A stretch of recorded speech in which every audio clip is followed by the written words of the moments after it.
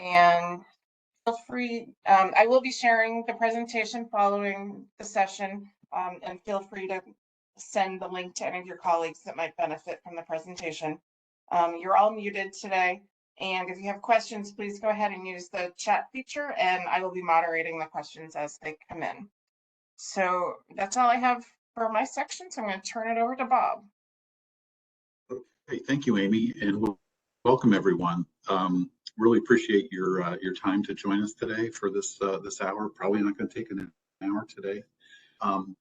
You know, this is, as Amy said, this is our first Acumatica User Forum of the year. We're going to be doing these monthly. We're always looking for feedback on topics. This one's a little bit out of the ordinary. I think we kind of tend to do some more technical things or product focused things. This one's a little bit different. You know, since we just had the 2023 summit, you know, maybe to do a little recap of exactly kind of what was going on there and some of the takeaways.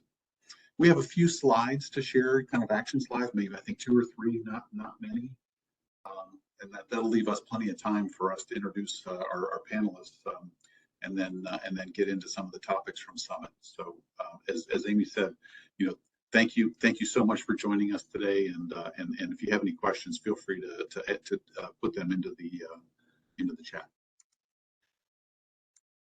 So just want to remind people that we have options for support. You know, we're here to support however you come to us, whatever you need. The platform and application support is their PaaS agreement. There is a lot going on with even a second version of PaaS for some of our newer customers that we'll be rolling out very soon. Know that we're here to support you. Even if you don't have an agreement, we're here to support you as well. And those are all options for us. And you know, that's something that we want to encourage people to. We just want to hear from you. I guess if you're having challenges or issues or things that you want to work on with Acumatica, we just want to hear from you. We don't want you to try and figure things out on your own. We want to be part of helping you when you need help. As a user of Acumatica, I guess the Summit is the ultimate Acumatica community website that Acumatica runs. There's the URL here on the screen. It's a great place to kind of learn about what's going on, to get news and information, discussion forums. You know, it's a place to get training and even Acumatica basic support if you need it. So all really good things that the community provides, and places to get engaged, meet other users, and the community website is frequented by both executives, the Acumatica staff, Acumatica product managers are looking at what product ideas they're working on next. You know, it's just a lot of great interactions going on there. Whenever we get everyone together, I guess we like to just remind everyone that you know, there is a product life cycle. This is the current image that they have out there on the community site. You know, if you're on 21 R1, you know, you're now off support. I mean, that means that if something breaks, it's probably not going to be fixed. That, you know, the cloud application keeps you moving forward, and you know, again, reach out to your contacts at Action, myself included, your sales rep, you know, our practice manager Jennifer, if you've met with her, your primary contact for consulting, whoever that might be. Just kind of continue to plan to move forward with upgrades. We have some new more streamlined processes of doing upgrades. So anxious to get you scheduled and get you going with the sandbox and validate everything so we can get you upgraded on as you know, maybe yearly is the right frequency for you. You know, those are all kind of options we want to kind of consult with you about as well. Okay, so those are all the action slides. Want to introduce today's panelists. So myself, I'm going to be one of the panelists, and we've got a guest panelist, Tim Rodman. Tim, this is a picture of Tim at Summit when he was doing the Acumatica song. It was a very popular session that I think there was a lot of feedback on, and you know, Tim has been an Acumatica evangelist probably for, I don't know, how long, 10, 15 years. It's been a very long time that he's been around and, evangelizing and kind of, he built a community. You'll see his website URL up there. Hey, thanks for having me, Bob. Thank you for joining us, Tim. So we've got 4 slides that have got a few topics on them. And, I guess there's, again, Tim and I are going to be kind of, commenting back and forth a little bit. The John Case era begins. For those of you who may or may not know, John Roskill, who was he was the leader of Acumatica starting back in, I think, 2014-ish, 2015-ish, somewhere around there. And, he's now been elevated to the board of the parent company, and he's off doing other board assignments and some investing in some other software ideas also. So I guess that kind of opens the door for the John Case era to begin. Along with this comes a number of other changes to the executive team and the VPs of Acumatica. So we've got a few of them pointed out here on the screen. There's a lot of people who are the exact same people. Sean Chatterjee, the sales leader for Acumatica, Christian Lindbergh, who manages all the ISVs, Ali Chani, the product manager, Mike C, the technology person that's the head of Acumatica, Doug Johnson, Todd Kuntz. There's a lot of common names that did not change. I guess this is just kind of pointing out a few of some of the higher level. And I guess I guess it's significant because there's 4 different people on here, and they were kind of right around last summit and this year's summit. Literally, the new VP of customer success, John Paul Gomes, goes by JP, started literally in January, just before the summit. So, and I was able to meet with him during the summit. The summit did seem to have maybe a slightly different tone. I think they, maybe in the presentations keep getting better from year to year. And, John, I think, leaned into that and spent a lot of time on stage giving his thoughts and his focus. And, John, I think, is more of maybe a corporate guy than I think I would categorize John Roskill a little bit more technical than corporate. And John is, very, very hands-on, very smart, very direct. He's a great guy. Great guy to spend some time with. Sanket was just prior to last year's summit. CJ, I'm afraid to try and pronounce his last name, was this new VP of partner strategy. He came in the spring. Some really great new leaders as part of the Acumatica team.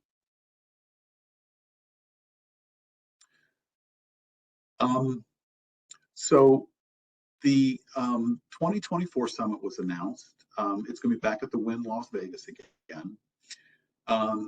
John Case shared during a partner meeting that it might be in the next year or 2 that they may stay there at the Wynn. I think it's a great facility. I don't know if anyone who's been there. It's the staff there is pretty incredible. The rooms are incredible. The way that they take care of the rooms is incredible. And the meeting facilities is also really great, really great place. So and room to grow. I think that's part of their they're anticipating continued growth at the summit. And I think, Bob, did I understand this correctly, that it would be a 3-day event next year, but without training? So like this past summit was a 2-day event, then Wednesday, Thursday, Friday was training. But what I had heard is there might not be any training after the 3-day event next year. Yeah, and that is that was another thing that John shared in one of these meetings with partners, that they felt that the event has grown. The focus is obviously spreading wider and wider through each of the product additions and the technology and the acceleration of the development of Acumatica as a product. So with that being said, they wanted to make sure that they felt like partners and customers didn't have enough time to be together, and that they wanted to give more time for that. with the third day on Summit, which kind of then slows down the ability to have training during the same event. You know, we do a cocktail party, and we kind of have to jam it. Action has done a cocktail party ever since we've been going to Summit. We really have to jam it in between some classes and the evening event on Monday. And now I think, you know, that kind of gives us some more time and more to be a little more relaxed, to spend some more time with each of our customers. And Acumatica wants to spend time with those same customers as well.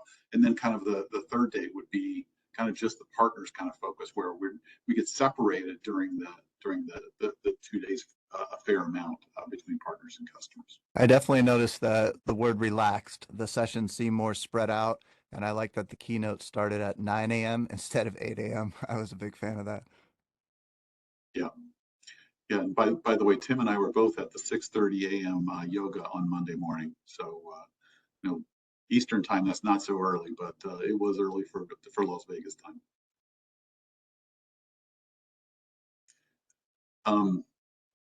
So the marketplace. So this is the first year that you know, I can't help but remember back to the earlier days. So we just completed our 8th year as an Acumatica partner.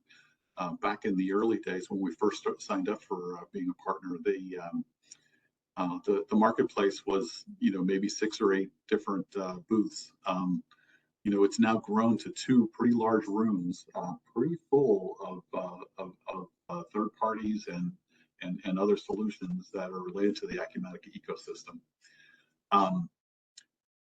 You know, I did have a customer walk up and kind of say, "Gosh, where do I start?" You know, I mean, there's I don't know how many different electronic payment, credit card payment processing companies were there, but there was a lot. You know, I think it's great to have that kind of expanding of the ecosystem and the community and the people who are interested in what's going on within the Acumatica space. You know, it is overwhelming at times, though, and I think as your partner, I guess we really want to be part of your conversation about, you know, what products make sense, what's, you know, how can we come alongside you and make sure that we don't pick the wrong ISVs, because we know how that can go when things don't go as planned. I thought it was pretty cool that they had the NASCAR, the actual car that they sponsored in one of the marketplace ballrooms, and I was wondering myself, does that mean they keep the car, and you know, who gets to hold on to that thing, or I don't know if it was a rental or how that worked, but that was pretty interesting. Yeah, and they had a you could get one of those air wrench, you know, and like that they use on NASCAR changing tires, and you could see how fast you could change a tire. That was part of the exhibit there with the NASCAR.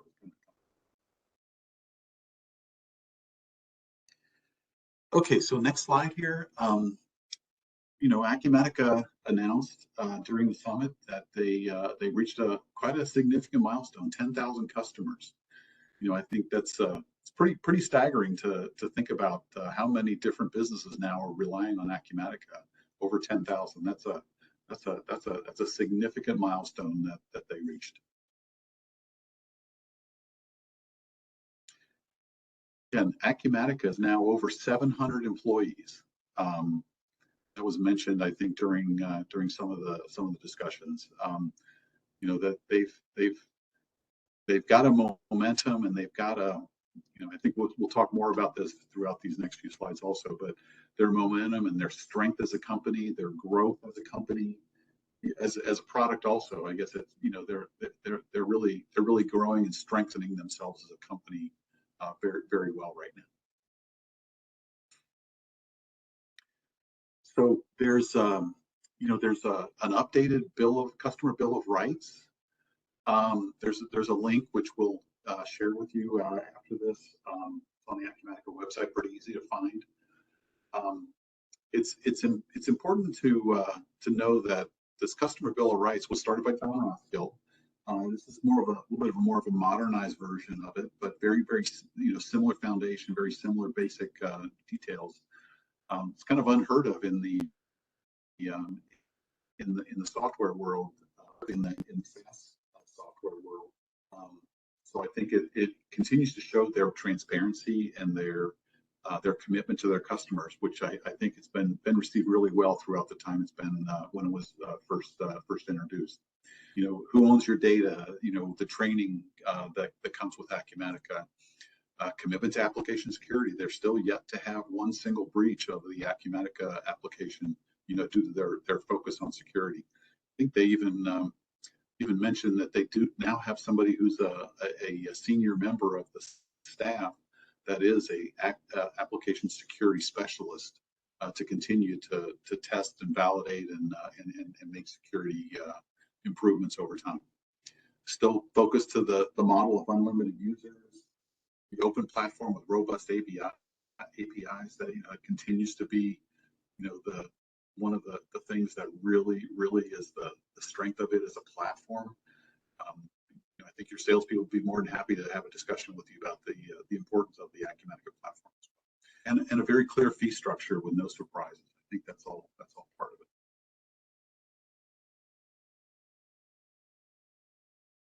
it. And then the sponsorships, I think, you know, Acumatica continues. Todd Wells is the Chief Marketing Officer, the CMO. You know, he continues to build the brand, and they've you know, as in other areas the company's grown in the way that they're promoting their brand. When he travels, we'll occasionally see an Acumatica advertisement up on the big screen at the airports. You know, this now getting into NASCAR and Indy, and there's a new relationship with women's golf. They've got a player that they're sponsoring. So, you know, Acumatica continues to grow in these areas as well.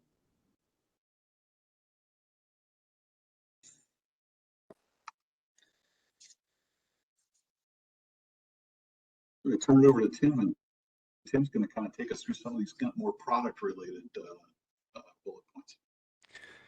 Yeah, so you know, one thing I like to do at Summit is get around and talk to the Acumatica developers. A lot of them get flown out for the summit, and this first bullet point we have on here is the report creation tool improvements.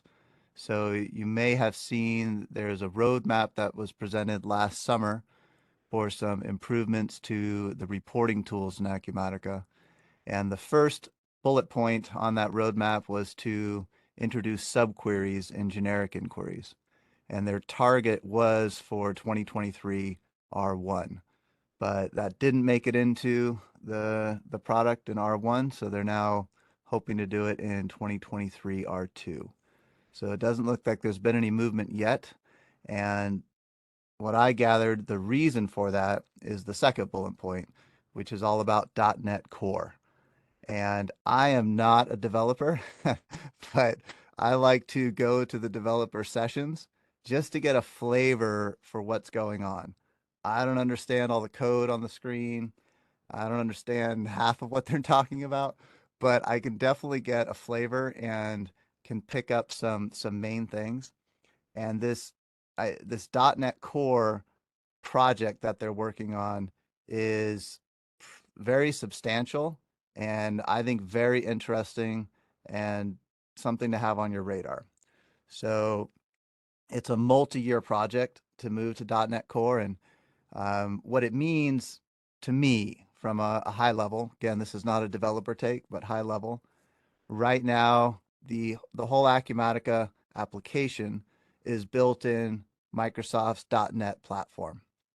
And that .NET platform is, my word for it, bulky. There's a lot to it.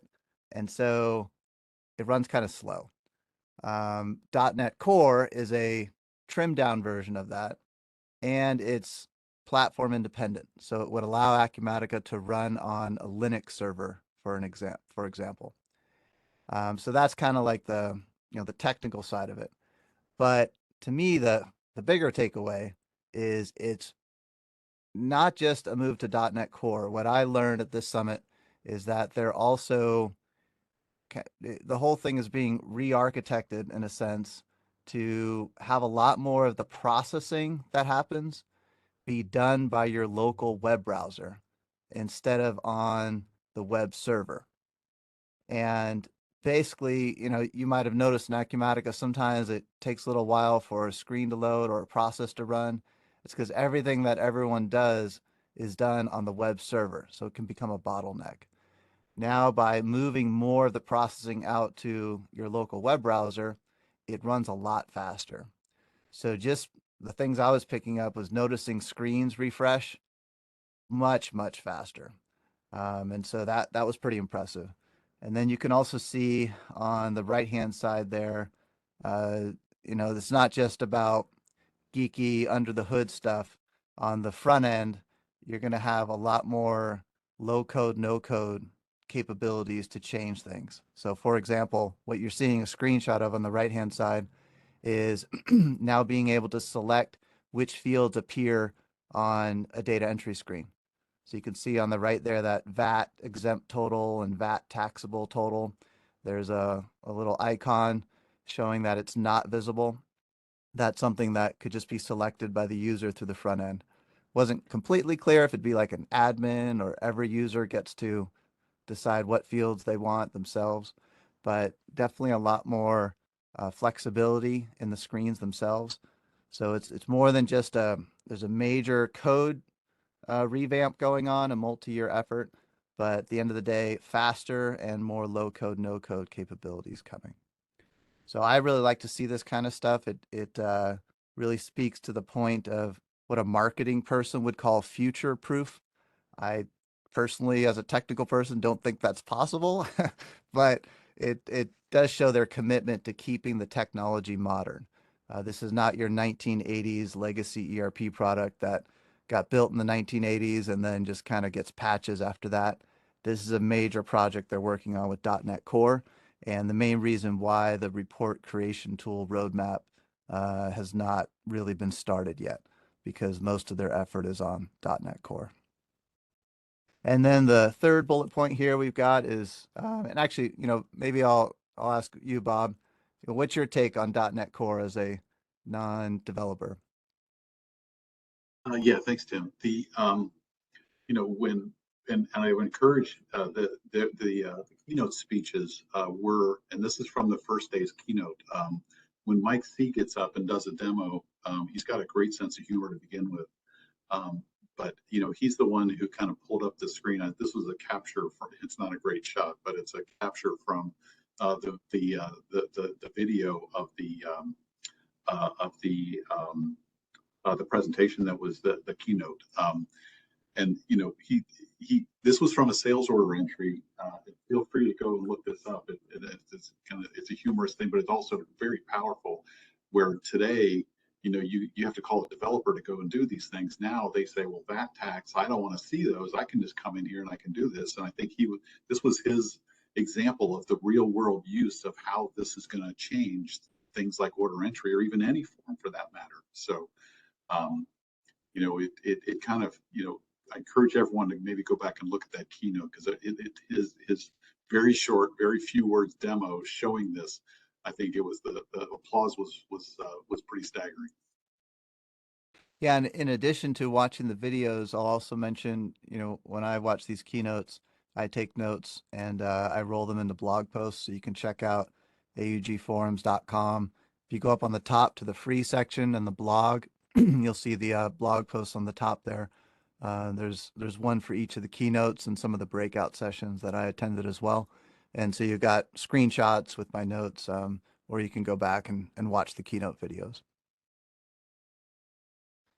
Then the third bullet point down here is development office changes. So this was one of the points I had wanted to find out from talking to developers. If you think back to just a year ago, right after Acumatica Summit 2022, is when Russia invaded Ukraine. And shortly after that, the sanctions came. And I had been hearing that, once the sanctions came, I don't even know how Acumatica paid their employees, if they were able to, for a period of time. And Moscow was their main development office, where Mike C was located at. I think they had over a couple hundred people there. And Mike C is the person who created Acumatica over 10 years ago. And so the Russia invading Ukraine was a significant impact on Acumatica. But what I learned is that over the past year, they've relocated pretty much everyone in that office to Serbia, Montreal, Canada, and other places throughout the world. And to me, that's pretty impressive because if you look at what they were still able to release in 2022 R2 and 2023 R1, in the midst of all of that, and now in a previous slide, up to over 700 employees, if you can survive that, losing your main development office, redistribute everyone throughout the world, and still continue to release the way that they released, I feel like you can survive anything. So Acumatica was already a very internationally distributed organization. I think even more so now. And I think it really speaks to just the strength of the company as a whole. You know, Bob was talking about company strengthening in a previous slide. Even now on the technical side, I think you see that even more, having a more distributed workforce and being able to survive something like they survived this past year, and not just survive, but thrived in the midst of it. So that was a key thing that I learned at Summit from talking to people who used to be in that Moscow office, and I was pretty impressed, to learn how they handled that. I don't know, Bob, if you have any thoughts on that point. Oh, well said, Tim. I think it's part of the theme that Acumatica continues to be growing, strengthening, even in adverse, challenging times. So very well put. So then on the next slide, we've got some, I believe these are all 2023 R1 features, actually, except for the first one.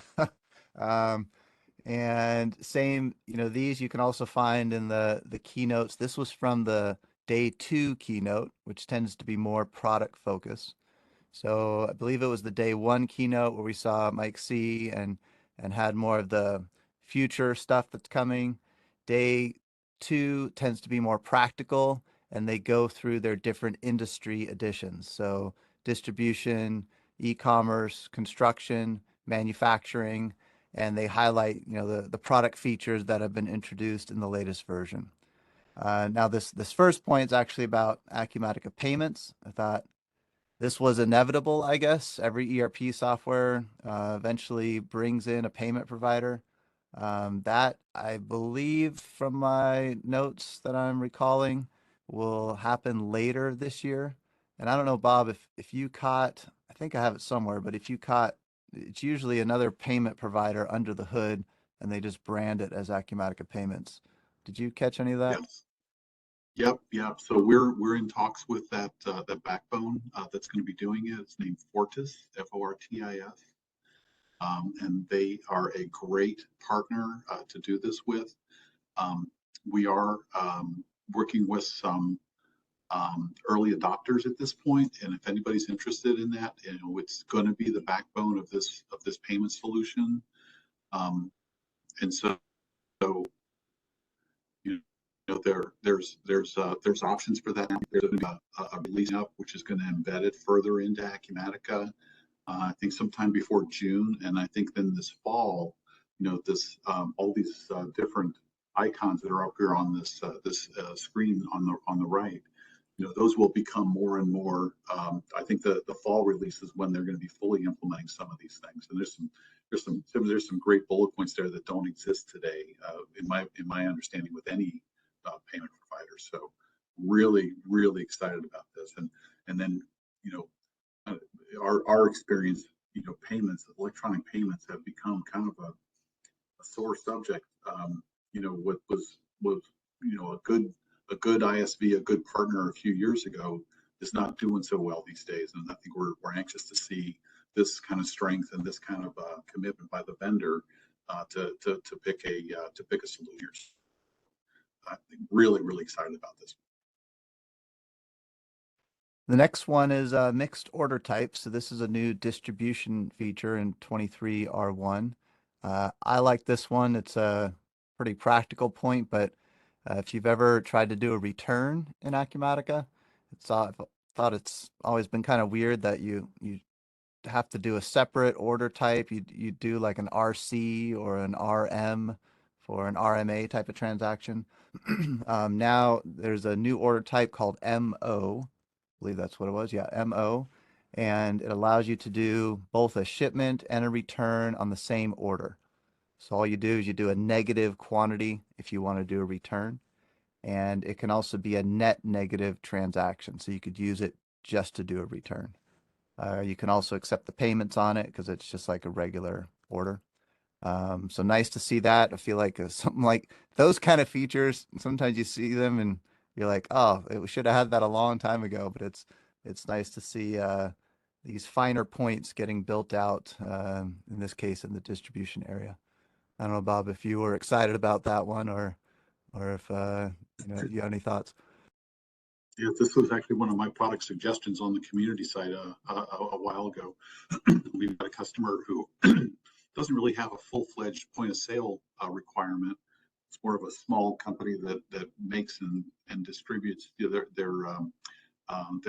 building components out to many people come and pick these things up, and so it's very common to have to do a credit and a sales transaction, and they were really frustrated with having to do that in two different transactions. The use case that was given during the meeting, during the presentation, was very similar to this customer that we have, and of course I texted him right away, and he was in the room and saw that he was actually attending Summit as well. So I know we've got some, again, to Tim's point, it's a kind of a small thing, but to some people it's kind of a better workflow for somebody who really doesn't need a full point of sale but has some counter sales to deal with. And this next one would be a construction feature, the project WIP report improvements. Now, I didn't see this in the release notes, but it was mentioned that in 2022 R2, there were a number of construction report improvements, but this one is a 2023 R1 improvement. And I think it's nice to see that. I know, especially in the construction area, I feel like they launched that product pretty quickly, and I know it's been a pain point with a lot of the out of the box reports. So it's nice to see effort put into that area where they're improving the out of the box reports, including the WIP report. So I don't know, Bob, if you caught that, if it was all 23 R1, the multiple report improvements, or they've kind of been Yeah, doing that yeah, over WIP time. yeah, they've been doing it over time. WIP is a challenge, but there's many other reports that are coming out with 23R1, which are improved reports. Probably should have spelled them out on this slide, but AP and AR reports. When you're trying to do an audit or something, I think there's some greatly improved reports for AP and AR, which are, in my opinion, pretty long overdue.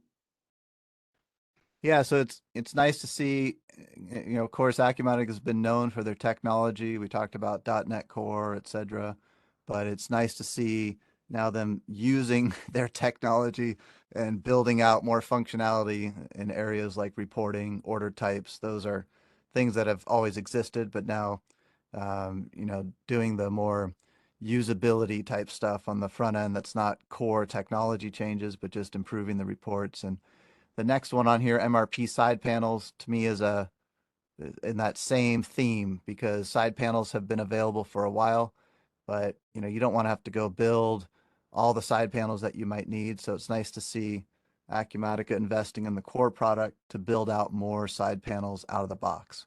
And we have here listed MRP side panels, but it was throughout the manufacturing area. And actually, Bob, the one I liked even more was on the production order maintenance screen.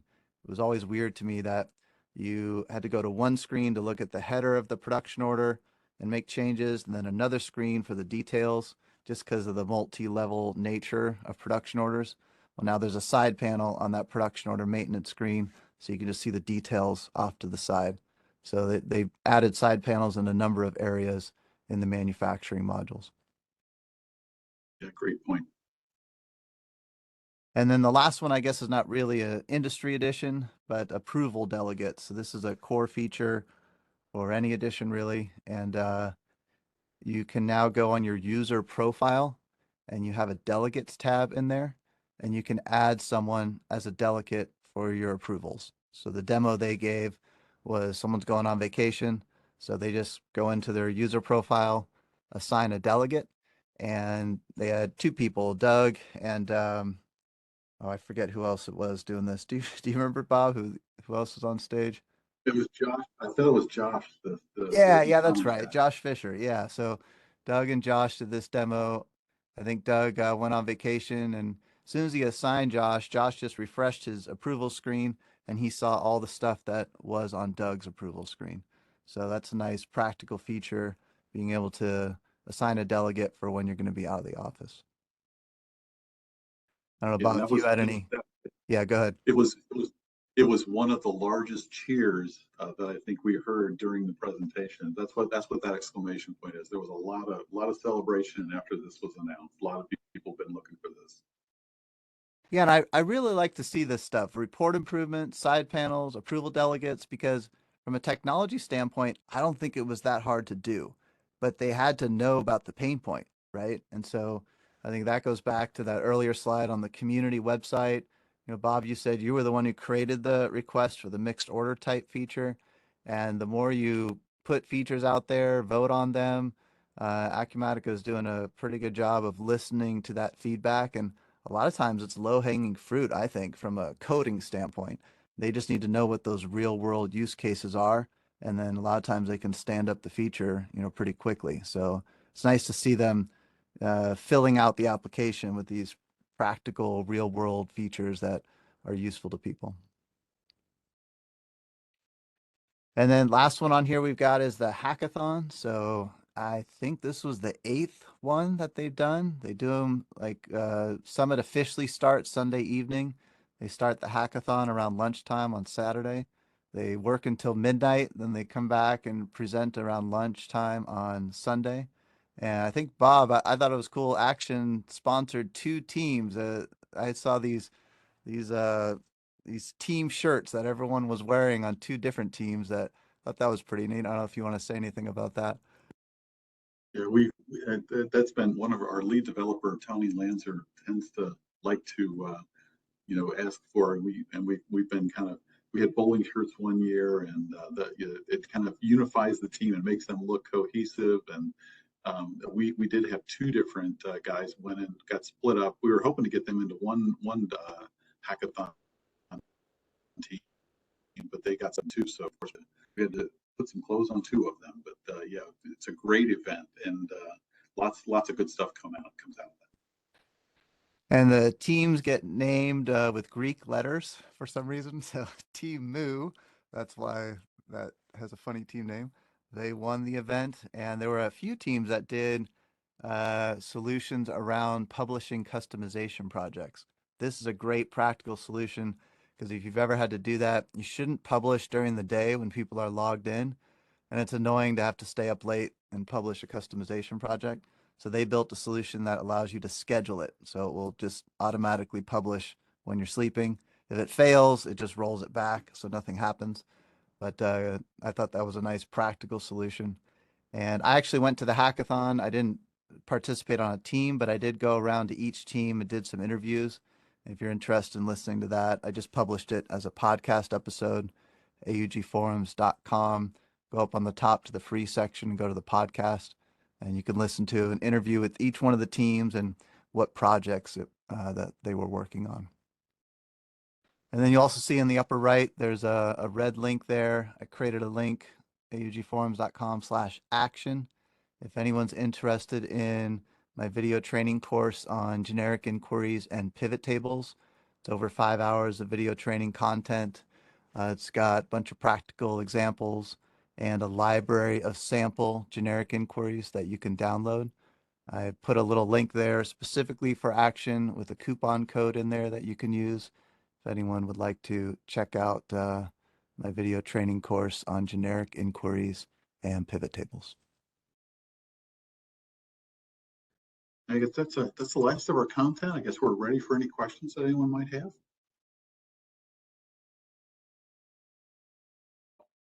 If anyone has any questions, please go ahead and enter them into the chat, and we'll moderate them. Or comments. Yeah, again, always looking, appreciate your time today, and thank you so much for coming, and always looking for new topics. What is the one or two things that you'd like to see for some of these future user forums?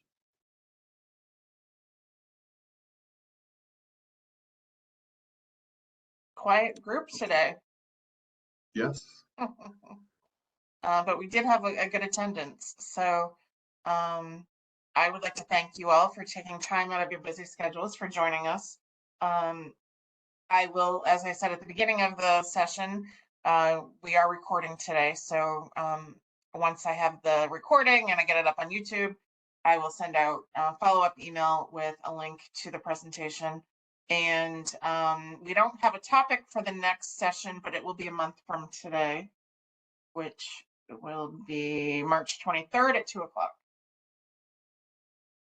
So as soon as we have that topic, we will let you know. But again, like Bob said, if there are topics you're interested in, please let us know so we can accommodate our client base and what they're looking to learn more about. And thank you to Tim and Bob today. Yes, thank you. Thanks for having me. Appreciate you joining us, Tim. Truly appreciate it. And thank you for participating. Good discussion. All right. Well, thank you guys. Have a good day, everyone.